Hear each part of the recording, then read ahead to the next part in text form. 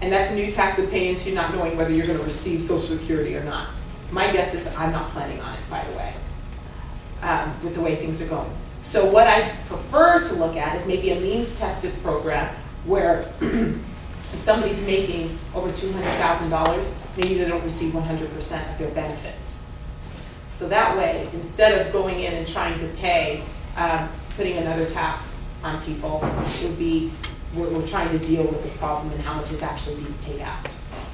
So those are the things that would at least turn the tide now, so that it starts getting us out of the $6.5 trillion hole that we're in.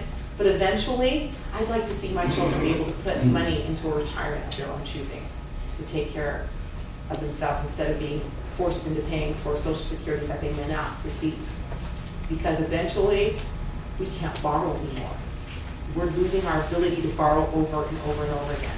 That's Social Security. That's a portion of Social Security in terms of what we can do now. And that will actually help so that it's not running in deficit right now.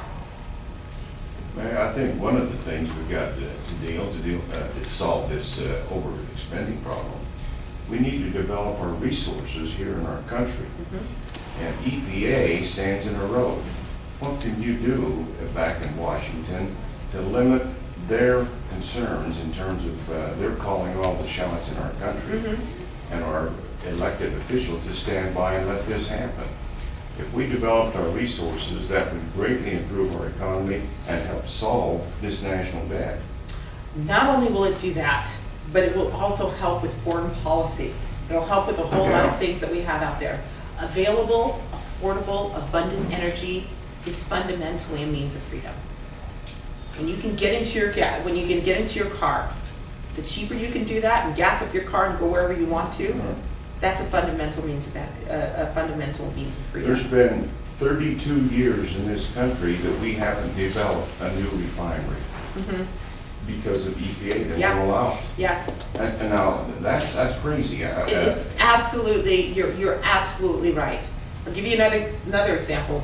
AEP, it's American Electric Power. It's a utility company based out in Ohio. Because of the EPA's New Clean Air Act, they had to close down 6 of their power plants, pull back on the other 5. The rest of the cost of compliance went to the consumer to try and meet that. They lost 600 jobs. You know those people that lost the 600 jobs that they've got to go home to? A higher utility rate. That's what the EPA did. What are you going to do about that? We have to rein in the EPA. Let me tell you by rein to actually eliminating it. And I hope that people can help me find the only thing that I can find that the EPA can come in and actually, the only thing that I find that the EPA can actually do, in the states we have departments of environmental quality right now. So if we decide in a state that we're going to leave it up to, the states to decide how much pollutants they're going to emit in the air, then the Department of Environmental Quality can do that. But here's the problem. What happens if somebody on the border of Nevada or Arizona starts emitting air into Utah that is higher than the pollutants that Utah needs? That's the only thing I see that may be, a justification for somebody to come in and settle the disputes between the 2 states. Other than that, there's no reason why we need them. None. And I think that if we think hard enough, we could probably find a way to solve our problems within the states. There's no reason. The NLRB, no reason for them to exist. None. I can't think of one thing. They've done nothing but successfully try and push businesses outside of the United States. Yeah. I find no reason for them. But I am pro, by the way. It is energy independence is high on my priority list because it creates jobs, it helps our economy grow, it makes us more competitive on the global market, it helps us with foreign policy, so that way when Iran says we're not going to allow another drop of water to cross the Straits of Hormuz, we say, so what? Yes. Let's talk immigration real quick. Okay. Multi-state employer, 70,000 people last year that we employed. And going back to immigration itself, in 1986, we had approximately 2 million illegal immigrants. The Immigration Reform and Control Act mandated employers complete a form that verifies right to work for people. And so what's happening now is we have almost 11 up to 20 million, some estimates, of illegal immigrants. Employers are still having to fill this thing out, and it's created nothing but hassle for employers. It's created a fraudulent document trade. We still have the illegal immigrant population. What would you do to curb the illegal immigrant population, knowing that we have all the budget issues Okay. and everything else that we have? I think of this, the best analogy I can think of is this boat. There's this boat that's got this big hole punched into it, and the states are trying to do everything they can to bail out the water, but federal government has punched this big hole in this boat. And as much as we try and bail out the water, unless we actually secure our borders and do several things on a federal level, we're going to continue to have this problem. This is a symptom of a lack of security on the borders. It's a symptom. There are other symptoms I can name of, but this is one symptom of it. 3 things aren't happening. We're not securing our borders. We're not tracking visas that are, we do track visas that come in, but we don't track anything that's leaving. We estimate that 60% of the people that are here illegally are here on expired visas. That's an estimation. We don't really even know that number. And 3, we incentivize and reward bad behavior and punish good behavior, which means it's easier to be here illegally than it is to be here legally in this country. The government will always get more of what it incentivizes. So here are the 3 solutions that we have for it. 1, we've got to at least allow our border security agents to pursue on public lands. They can't even do that unless they find a spare horse. I mean, really, they're so incredibly protected that we can't do that. 2, we've got to find a way of tracking visas in and leaving. And one of the solutions that I found is, what if you took a bond and put it on a visa, right? So that people that are coming in, they place a bond on that visa. When they leave, they collect a large portion of that bond back.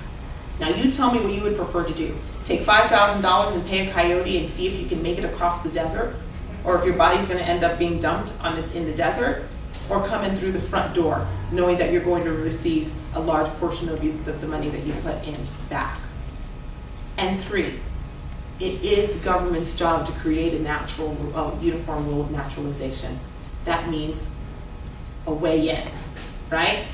I know somebody who went to school, got his engineering degree here in Utah, and he's from the Ukraine, and he says that his visa is going to expire in a year. His company's doing everything they can to try and keep him here because they don't want him going back and competing against them. We incentivize and reward bad behavior and punish good behavior. Those are our policies. You're going to hear me say that a lot because I can point it out with almost all of the policies that we have. So would you support E-Verify? Right now, but again, it's just now just to kind of contain what's going on here. But we have to understand also that a lot of people say, what's the idea? Somebody commits a crime, just the first thing we should do is that's what people say, that we should ship them out. Who agrees with that, by the way? Okay, I'm glad. Here's the thing. I know an officer, worked in West Valley, arrested somebody who was here illegally on an atrocious crime. I'm not going to tell you what it is because I don't want to dampen your day. But it was a terrible crime. You know what happened? They took him, shipped him home. 6 months later, he arrested the same person for the same exact crime to a different victim. If that happened in the United States and somebody did that, they would be paying for that crime, right? So there are things we have to do. The other thing with what do we do with people that are here right now, if we've got federal government doing what they're supposed to be doing and get them out of the other things, then guess what? We as states get to decide how much of a magnet we're going to be.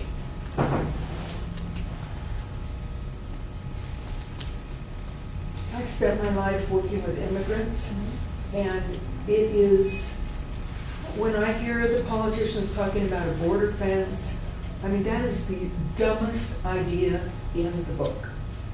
I talked to immigrants, we lived in Kansas for a number of years, and I'd see them at church, and I'd say, well, how did you get across the border? Oh, it was no problem. All I did is I paid this guy, and he told me when I walked through the border fence. They enter through the fence, And they know when there is a guard who's on the take, and they look at their fake papers and let them through.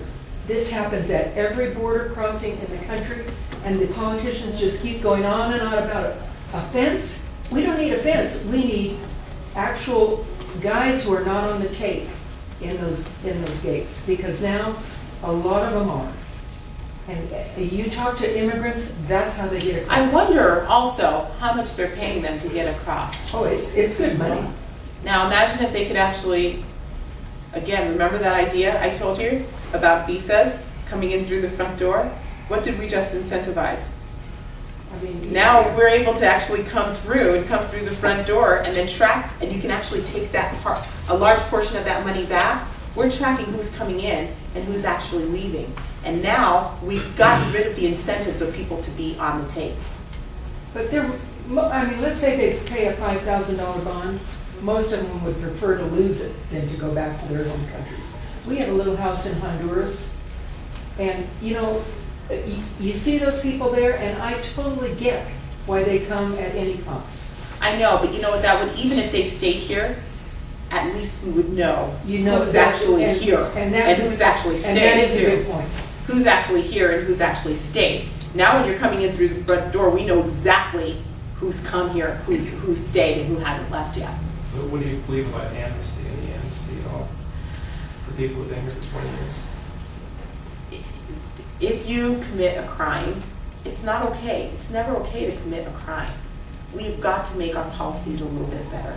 We've got to make it so that we are supporting good behavior and punishing bad behavior. And to me, you have to understand, my parents came here legally.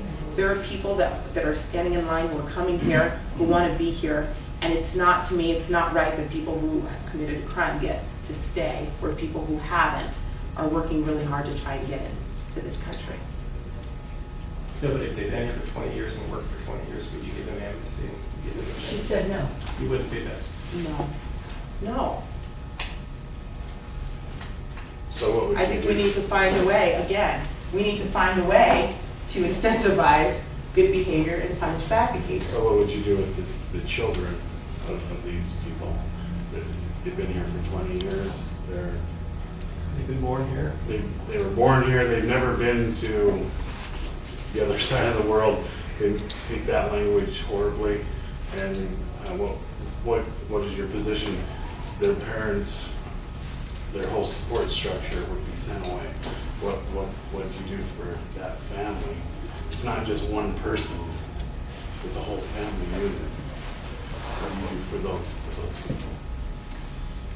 Again, when you come here and you come here illegally, what are we saying? It's okay to come here illegally and we're going to be okay with what happens?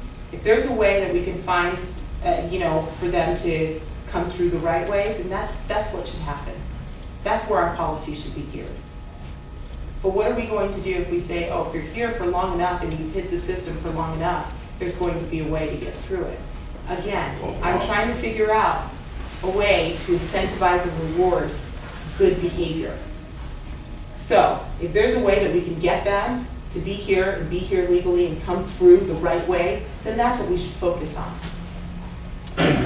So what